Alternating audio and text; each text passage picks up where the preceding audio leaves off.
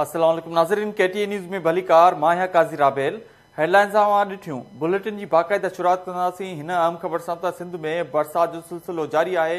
कराची, हैदराबाद, टंडो मोहम्मद खान, ठट्टो, मटियारी, मिठी ऐं ॿियनि इलाइक़नि में वसकारो थियो आहे। अव्हां खे अहम ख़बर ॾियूं त सिंध जे मुख़्तलिफ़ इलाइक़नि में वक़्फ़े वक़्फ़े सां बरसात जो सिलसिलो जारी आहे।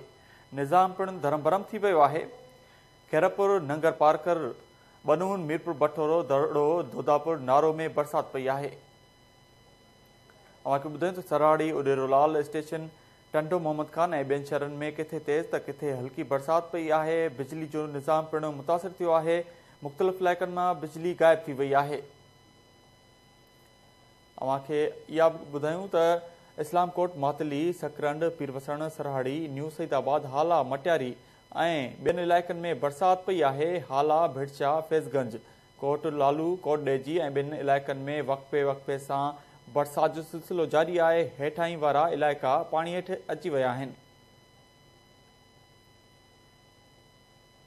असां सां इहो शेयर कयूं त हुसड़ी, बिरिया रोड, सामारो में बरसात पई आहे। हुसड़ी में करंट लॻण सबबि नौजवान अब्दुल रहीम फौत थी वियो आहे। हुसड़ी झील पार्क, हारी कैम्प में 8 पोरियतनि जा कखावा घर ड्रही पट पइजी विया आहिनि। फसलुनि खे पिणु कापारी धकु रसियो आहे। अहम ख़बर अव्हां खे ॾियूं त सिंध जे मुख़्तलिफ़ इलाइक़नि में वक़्फ़े वक़्फ़े सां किथे तेज़ त किथे हल्की बरसात जो सिलसिलो जारी आहे। निज़ाम धरम भरम थी वियो आहे। मुख़्तलिफ़ इलाइक़ा पाणी हेठि अची विया आहिनि।